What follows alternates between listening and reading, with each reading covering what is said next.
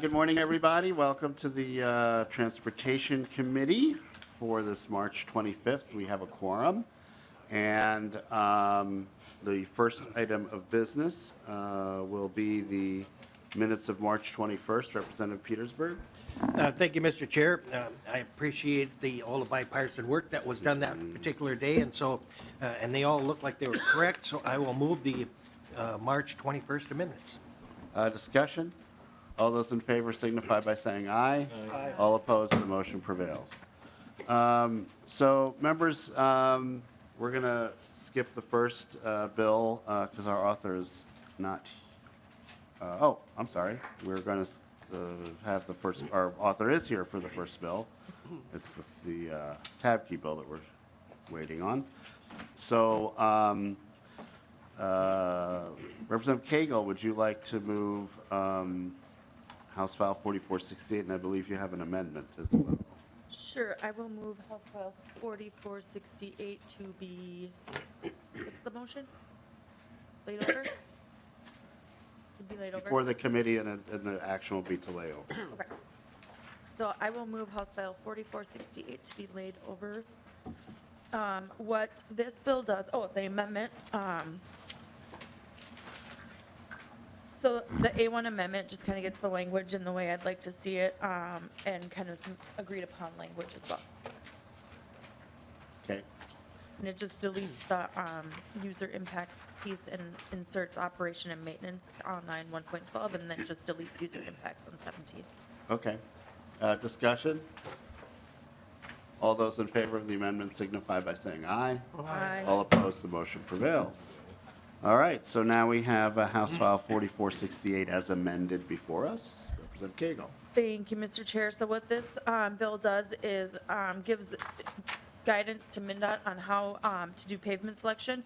A lot of the work that I've been doing the past few years is really kind of looking towards the future and making sure that when we fix things, we fix it well. And so this is just making sure that we're using the right materials, doing kind of some sort of pavement guidelines and then, or pavement selection guidelines, and looking at the long-term use of them and effects. Okay. Questions? Representative Petersburg. Thank you, Mr. Chair. Is MnDOT going to be testifying? Yes, they will. Then I can wait till the end. Okay. Chair Koegel, would you like to call MnDOT up? Sure. Not really, but they can come up.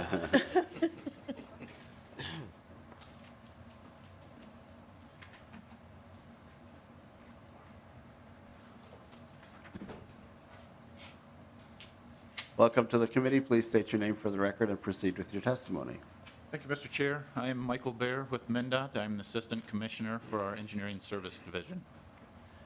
First, a little background on our recent pavement management efforts. This isn't the first time we've heard requests for this type of analysis, and past discussions with the paving industry indicate they are also interested in maximizing the performance of our pavement investment funds. MnDOT is continuing the development of our pavement investment guide, which we have officially titled the Pavement Investment Evaluator. That software is being finalized by an external consultant right now, and it's expected to be rolled out to our district materials engineers later this year. The software pulls data from several databases, and right now that is one of the challenges we are currently working through. The Pavement Investment Evaluator is intended to provide a better what-if pavement investment analysis tool for our districts to compare and optimize different pavement designs and approaches. It will provide an analysis of long-term, medium-term, short-term fixed alternatives, the initial capital costs of those various alternatives, and life cycle cost analysis. It will allow the districts to optimize the life cycle performance of various pavement approaches given the funding available.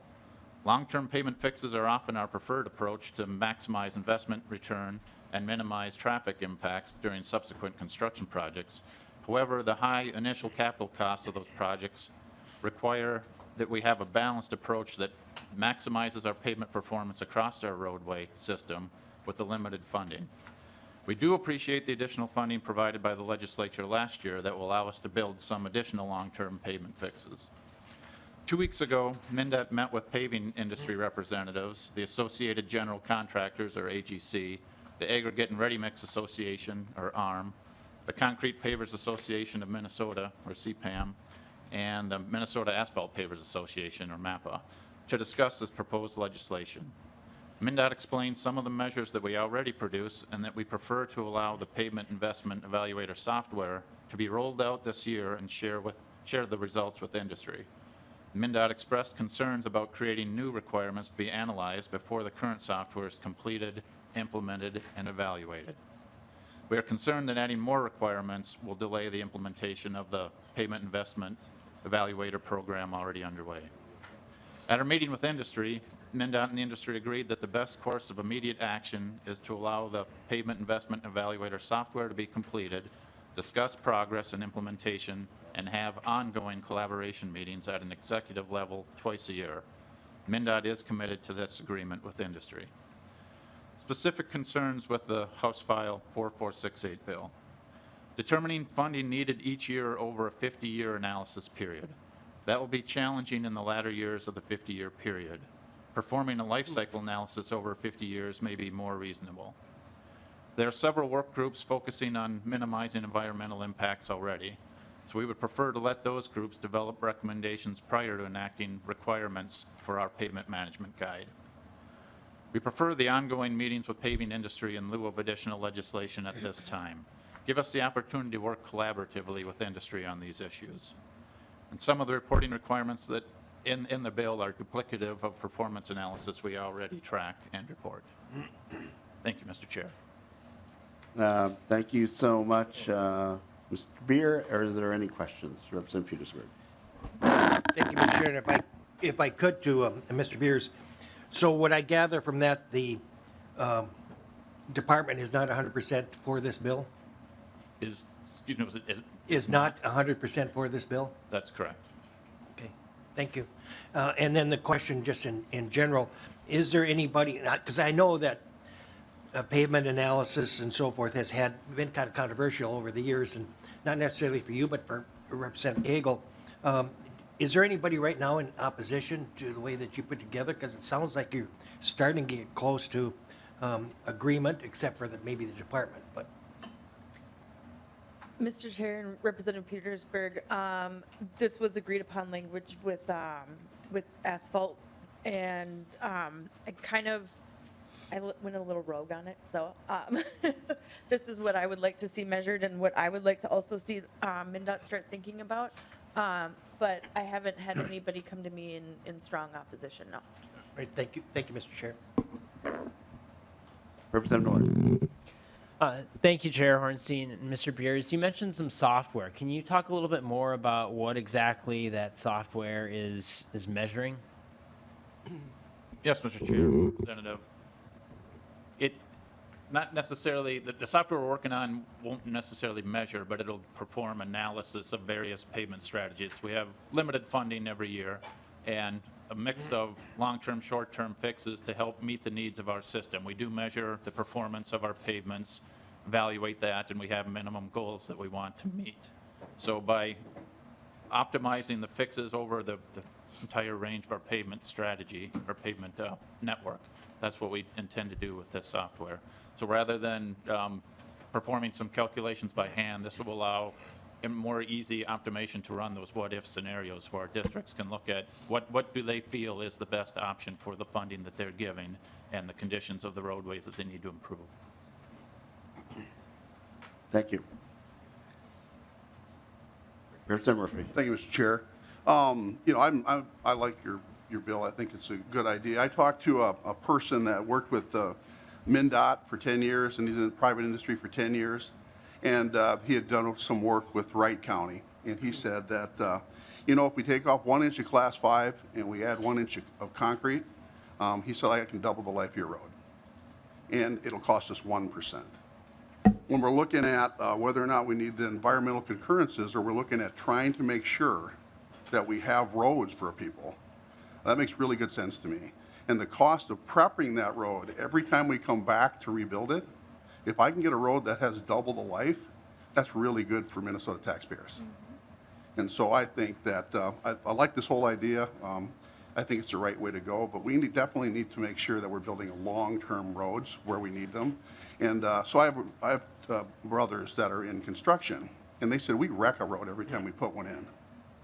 And with this, we're going to build roads that are going to be built for those vehicles. And so I think it's really important. The other item is a product called AutoSeal. There's a state highway that's looking at replacing their 20-year-old or 15-year-old AutoSeal, and they're going to put it back to AutoSeal. But looking at other options for certain kinds of roads makes really good sense to me.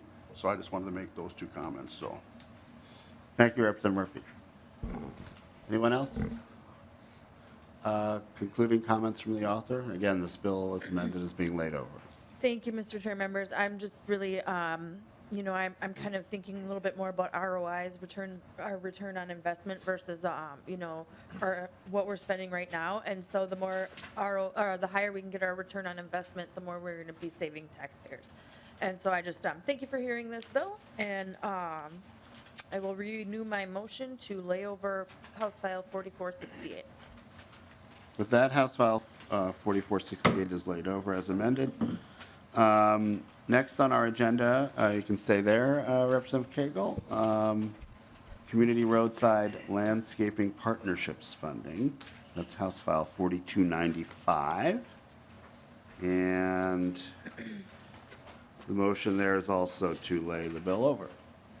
Thank you, Mr. Chair. I will move that House File 4295 be laid over for possible inclusion.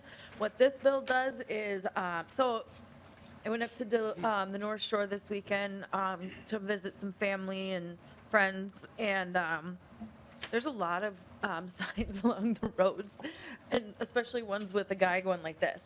So I'd much rather see flowers and trees and stuff like that. And so what this bill does is just it funds some appropriation so that we can start to beautify our highways and make sure that we're doing it in trunk highway right-of-ways.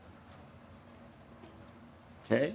And I think I've also heard reports throughout the state of a lot of trees being cut, et cetera. And so I think this is a statewide issue, but certainly in that corridor, I've heard it as well. Representative Petersburg.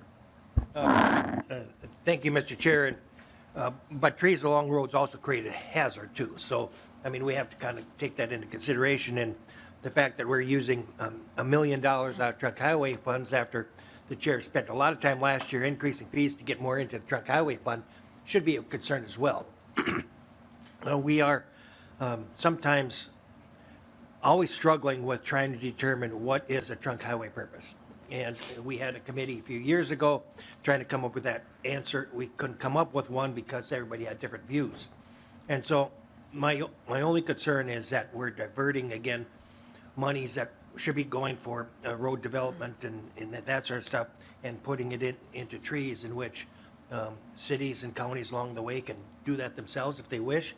And I believe we already have a process in place for doing some of that during reconstruction of a road, et cetera. I know Highway 14 along the way had lots of shrubbery put in place during that time as well. So I know there's money in the budget for it already.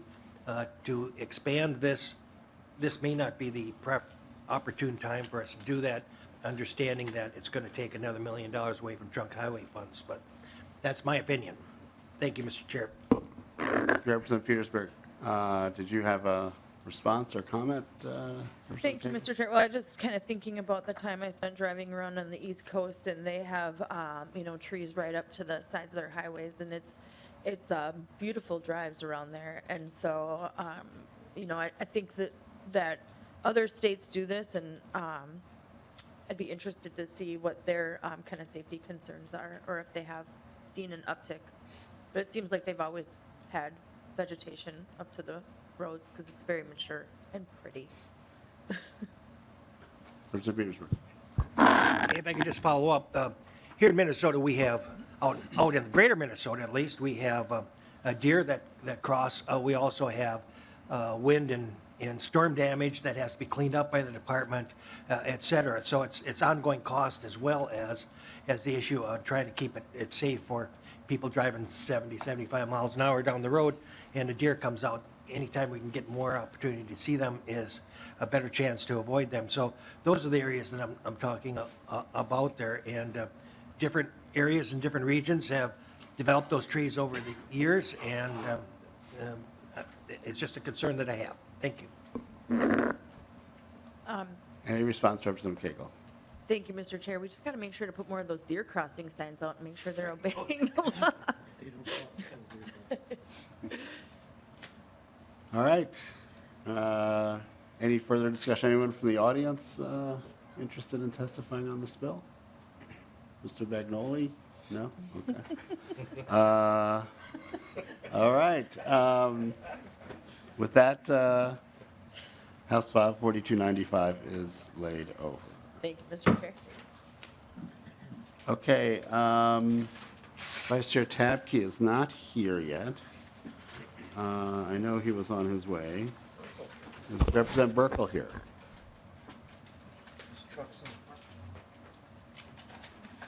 It wasn't another meeting, I had another bill as well. Yeah, I thought we'd be,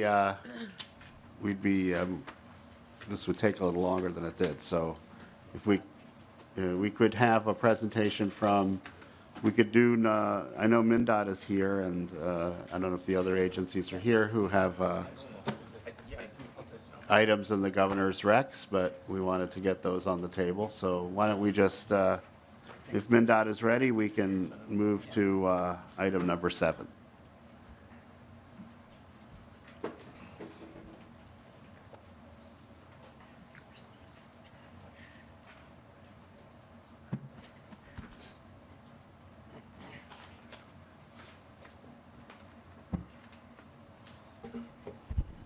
Welcome to the committee. Please state your name for the record and proceed. Thank you, Mr. Chair and members. My name is Josh Knauer-Hubinger. I'm the Chief Finance Officer at MnDOT. Here to give a brief overview of both the supplemental and capital budgets, including the governor's recommendations for MnDOT. I believe you all have handouts of the materials that are in the source materials from MMB. I was just planning to walk through those very quickly and then happy to answer any questions. Okay, thank you. Perfect. So I will start with the supplemental budget. So in the handout, at the header says supplemental budget recommendations by agency. We, MnDOT, have 3 requests included in the governor's budget. First up are some technical amendments related to trunk highway bonds from the 2023 legislative session that was included in our appropriations bill. 4 of those trunk highway bond projects for named projects were pointed to local entities, and that is not legally allowable under the Constitution. So the amendments would just change that reference to have those bonds go to MnDOT so they can be spent on those 4 named projects. It's a total of about $145 million, again, for 4 specific projects. There's also some language issues with the trunk highway bonds for MnDOT buildings. We received an appropriation of $87 million, but it lacked the required specificity. So there's some tweaks there to point to a new set of program language for how we select facilities to use those trunk highway bonds. Again, things like MnDOT truck stations. It would just set up a program to be more of an asset preservation type program. Second, we have some permissive authority to collect passenger rail revenues. So in the short term, this is related to the second train Chicago, the TCMC route that should be opening in the next couple months. This just gives us explicit statutory authority to collect those passenger rail revenues and then dictates how we can spend them. So it does show some dollar amounts. Those are just rough estimates of how much money could come through that account, and then again gives us permission to spend those on operating and maintenance type requests. Third request we have is, again, permissive, allowing us to pursue a tribal worksite training program on state-funded construction projects. We did do one pilot on a project on Trunk Highway 65, found that it cost about 0.1% of the total project, so pretty minimal costs. We would anticipate if this program went into effect, it'd be about 10 to 12 projects a year, would involve about 24 or so trainees from tribal nations across the state. Just a great opportunity to bring them in, mentor and learn how to work on construction projects. So again, mostly permissive. There's not a cost with that one either. Those are the 3 supplemental budget requests. Happy to answer questions now, or do you want me to go over to capital? Representative Petersburg, did you have a question on that? I just want to be clear, it looks like from this sheet that the supplemental budget request for transportation from the governor was 0. Is that correct? In terms of net impacts, yes, it's 0. Okay, which is different than the budget targets that we have currently in the House. Is that different, or is there other things coming forth in your report? Mr. Chair, Representative Petersburg, that's it. All right, thank you. Okay. Any other questions? Then you can proceed to the finance items. Perfect. So I will quickly go through the capital budget requests. These are unchanged for the March revised version from the original governor's recommendations that came out in January. So again, I'll go through these very quickly. We have 6 specific requests for MnDOT. First up is high priority bridges. This is funded with trunk highway cash. That'll be a recurring theme for these requests. So it's $40 million for high priority bridges. We are currently not meeting our performance targets for pavement condition on our bridges on the NHS system. This would just be some additional resources for those high priority bridges. Second request is a $4.8 million appropriation from the Trunk Highway Fund, again, Trunk Highway cash, to stand up a new drainage asset management program. This would provide some dedicated funds to both inventory and then improve our drainage asset management system. So things like culverts, just our drainage systems need a lot of work, and without dedicated resources, like you heard from the previous bill, our limited resources at times don't allow us to focus on some of these critical issues that sometimes don't rise to the level of, say, pavement or bridge. Third request is some general obligation bonding. So this is the first request that has bonds tied to it. It's $2 million for grade crossing warning devices. This is a standard programmatic request that MnDOT makes. We received a little under $4 million last year. Each grade crossing costs about $400,000, so you're looking at 4 to 5 grade crossings from $2 million of GO bonds. We have $7.75 million for truck parking safety at 2 specific rest areas in and around St. Cloud. That again is funded with Trunk Highway cash.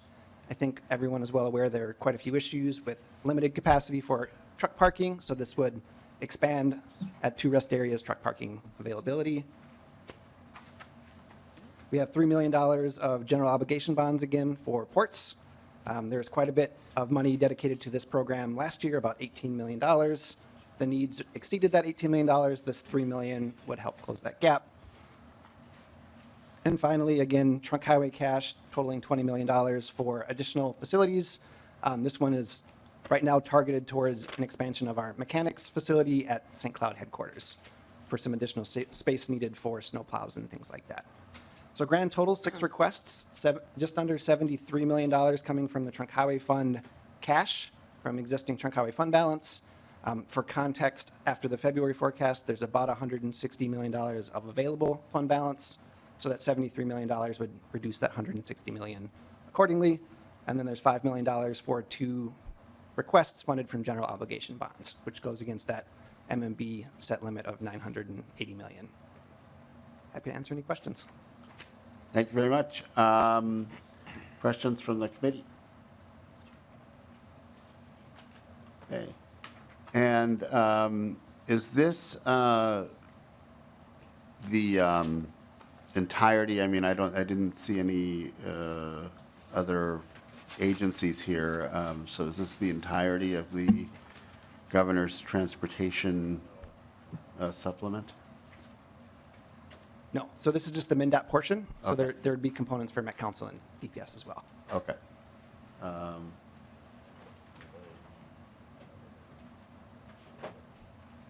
Okay, thanks. That's great. We appreciate that. We will proceed if there's any other questions or anyone from the audience that wishes to comment. Okay. Why don't we move to Representative Burkel's bill, and then we'll move to Representative Tabke's bill.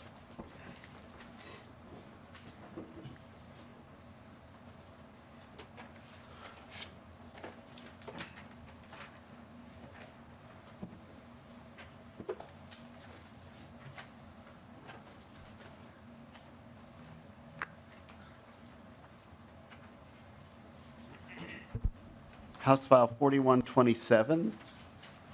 And welcome back to the committee. I think we had you once before. I don't remember the issue, but we had, maybe it was the Karlstad Airport. I don't remember. But welcome back. And we are going to hear House File 4127 and lay it over for possible inclusion. This is a technical fix, members, to actually transportation bill from 2021 related to the airport in Karlstad, which I believe is in your district. Correct. Thank you, Mr. Chair, and members of the committee. Yeah, just to refresh everyone, because this is old news from 2021, actually special session of 2021. Karlstad's airport was built in the 50s, a grass strip about 2,500 feet long, and gets soggy in the summers. It's a wet ground, and it doesn't really support the local businesses in town or the firefighting capabilities or EMS in that area. So the idea is to go to a 4,000-foot runway with the ability to expand it further down the road. If you go to, and we're just looking at the fix, correct, Mr. Chair? We're not looking at Yeah. the whole, yeah. So on page 2, top of the page, this is just from the 2021 special session. What MMB wanted was to see a little more detail as to the phases of the project phasing. So you see top of page 2 of phase 1 of the project, which included land acquisition and some wetlands mitigation and such. The rest of the bill is in capital investment, and like the chair said, we're not going through that now, but the main meat of the bill we're hearing today, or the fix we're hearing today, is on 2.1, 2.2, just delineating that the money appropriated in 21 was for phase 1 of the project. So again, this is a technical fix. We're not appropriating any additional money. Representative Petersburg. Thank you, and for clarity for those that may not know why we needed to do this, MMB is bound by a statute that they can't put money out, even if it's appropriated, for bonds when something isn't complete. And without this language, the project would not be complete, and so this verifies that it is phase 1, and so phase 1, which could be completed with this dollar, is what is needed in order to correct the problem. And I think that's the essence of this bill. The intent was that it was going to be the first part of doing this project, but it wasn't written that way, and so this is a correction of that so that the MMB could stay following its rules and guidelines. Thank you for that. Representative Nelson. Thank you, Mr. Chair. And as I'm reading through the bill here on page 5, there's a similar addition there that says phase 2 of the project. Is that also part of the correction that's in this? And I guess I don't know if the representative knows that, or if it, if the staff would have to answer that. I can answer that. Representative Burkel. Yeah, that is part of the fix too. That was actually heard in Ways and Means yesterday. That part of the fix was actually part of the bonding bill last year, the 3.9 million, which also needed some more clarification on phase 2. And that's where you're seeing that fix in that part of the bill. Thank you, Mr. Chair. Yeah, and Representative Nelson, that's a good question. So there was a bonding fix that needed to happen, and then there's also a transportation-related one. So we're doing the transportation one, and as Representative Burkel said, we did the bonding one yesterday at Ways and Means.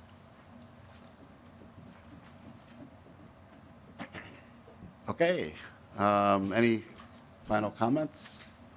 No, nothing further, Mr. Chair. Thank you for, I know I kind of was lost yesterday when we were talking about this. I didn't realize that was in transportation, so Yeah. thank you for humoring me yesterday. Thanks. We had very good staff work on that. So with that, the bill is House File 4127 is laid over. Representative Tabke.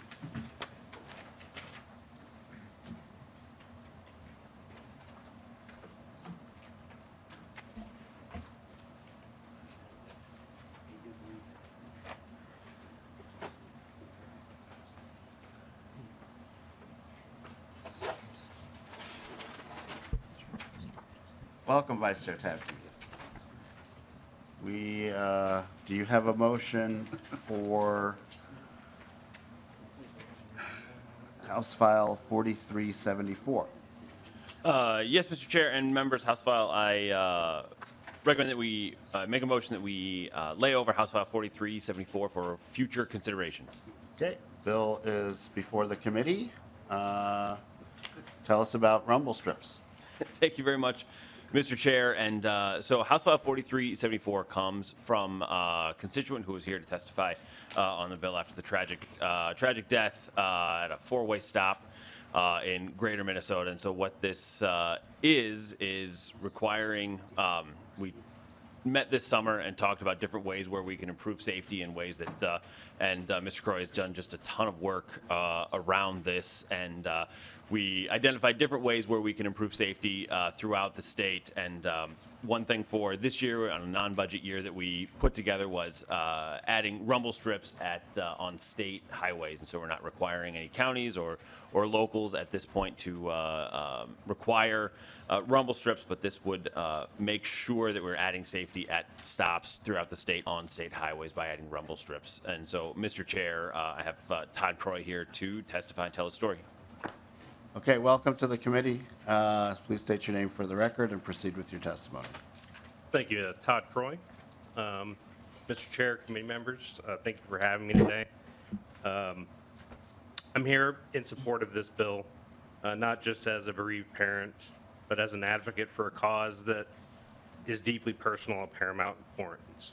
On August 28th, 2022, tragedy struck my family when my sons were involved in a car accident at the intersection of County Roads 1 and 4 in Renville County. They were traveling westbound on County Road 4 due to a detour, and on an unfamiliar road, they led to a fatal oversight. They missed the stop sign at the intersection and were struck by a vehicle traveling southbound on County Road 1. As a result of his injuries, my oldest son, Caden Huntley, passed away on August 29th, 2022. Caden was a remarkable young man of 19, a triplet along with his brother and sister. He was athletic, beloved by his friends and family, brimming with life and dreams, and had aspirations to serve his community as a police officer. Unfortunately, his promising future was abruptly cut short at an intersection that lacked a critical safety measure: rumble strips, a proven deterrent to the kind of accident that claimed his bright future. The intersection where Caden's accident occurred has been the site of multiple fatalities over the years. In fact, Caden's death marked the 5th fatality at that intersection over a span of 9 years, serving as a stark example of what can happen when essential safety measures are neglected, even after continued accidents occur. While Renville County had overlooked the dangerous nature of this intersection prior to August 28, 2022, rumble strips were finally installed at that intersection 8 days after Caden's accident. 8 days too late for him, my family, or the many others who have lost their lives or suffered injuries there. The eventual addition of these strips is a testament to their necessity. Rumble strips are more than just a physical feature on our roads. They are a lifeline, a last line of defense for drivers who may be distracted or unfamiliar with the road they travel.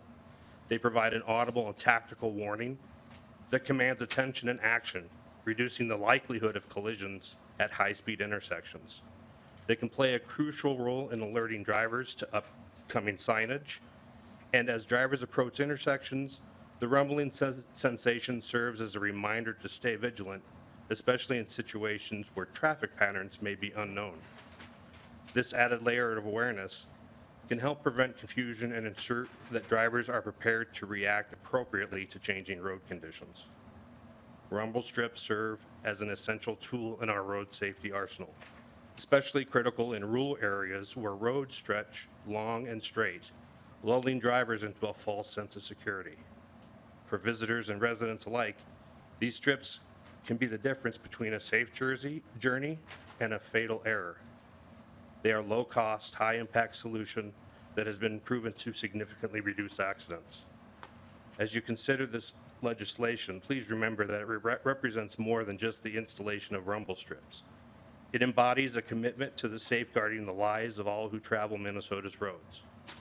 By mandating the implementation of rumble strips at high-speed intersections, we have the opportunity to help prevent future tragedies and work to ensure that no other family endures the pain of losing a loved one in such a preventable manner. I urge you to support this bill to honor Caden's memory and the memory of those that we've lost, to protect the lives of all who travel on our roads. And thank you for your time, and open to any questions you may have. Thank you so much for sharing your story, and we're so sorry for your tragic loss, and we hope that legislation like this can prevent this from happening again. So again, thank you for sharing this very, very difficult story. Thank you. Members, questions? Representative Petersburg. Thank you, Mr. Chair. So according to the fiscal note, it looks like there's anticipated about half of the situations that would cover there do not have rumble strips. But I'm just curious as to, and it also says it's going to take about $1.5 million. I think the bill gives 10 years for it to be accomplished.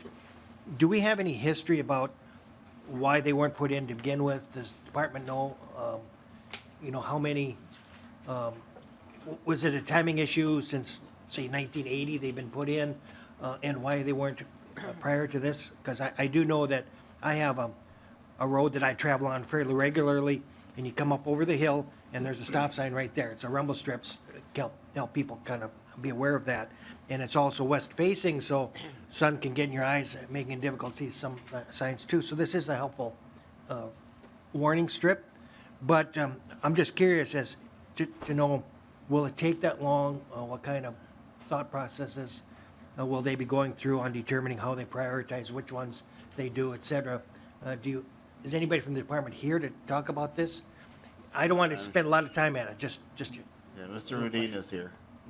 And Mr. Chair, while Mr. Rudin is coming up, I can also say that we, working with MnDOT to get this language figured out before this was drafted, we worked on making sure that it was, at this point, constrained to state roads and places where it needs, and we put the long timeline on it so that as roads are scheduled to be for reconstruction or overlays or whatever's happening, that this will be able to be incorporated into those at the same time. Okay. Yeah, that's fine, but if Mr. Redine would have more comment, that's fine. Okay, Mr. Rudin?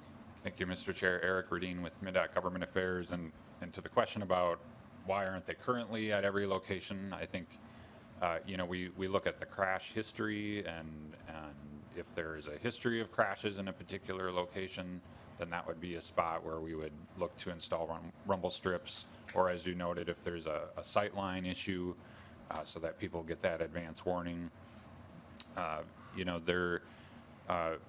There are situations where you might have residents nearby, and there have been, whether it's a stop line rumble strip or a center line or edge line rumble strip, where we have installed them, and then we start to get complaints from the nearby residents because they're hearing that noise, all night as they're trying to sleep, for example. So we have to try to balance some of those things as well. But I do want to thank Representative Tabke for working with us on the language so that we have some time to implement these as we have projects out in the field, because that will help reduce the cost as well. Mr. Chair, just one follow-up. Representative Petersburg. Thank you, Mr. Chair. And according to the fiscal note, it looks like most of this is going to be a one-time upfront cost, although it does indicate that there will be some intermediate work on maybe 25% of them. Do we know what kind of cost that is, or has that been built into the State Department's budget? Mr. Chair and Representative Petersburg, if it's part of a construction project, there would be, some small incremental cost. I don't know that we've really tracked that. It would just be part of the overall project bid as a contractor puts it in, and I would expect, if they're already going to be out there doing work anyway, that it would be a pretty small cost. Okay. Thank you. Thank you very much.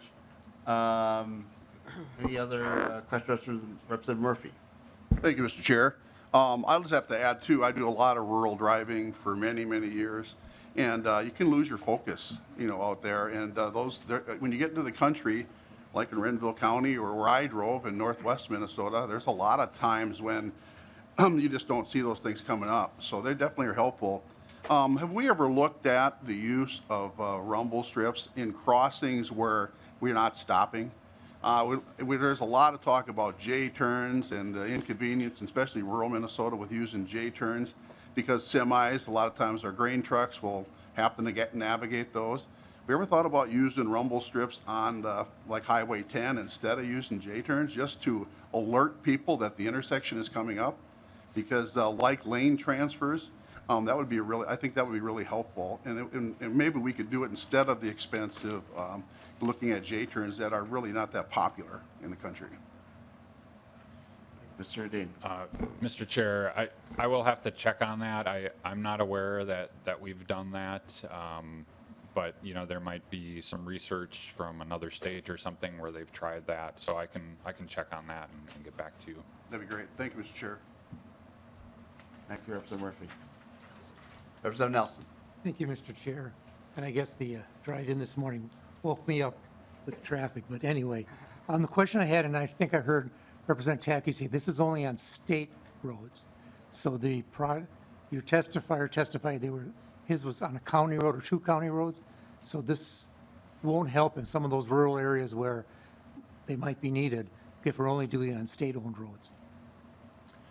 Mr. Chair and Representative Nelson, yeah, you are correct that this is not requiring county roads to do that at this point. So this is a first step, and so that my full intent is to continue this process as we go forward into the future. And so right now, again, knowing it's not a budget year and there's not money that we could allocate to counties for doing this really well this year, this is something that we want to look forward to and make sure that as we get into budget years that we are working on this into the future.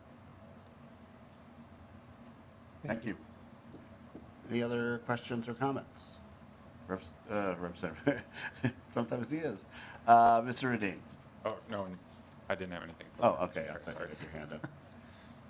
Representative Tabke?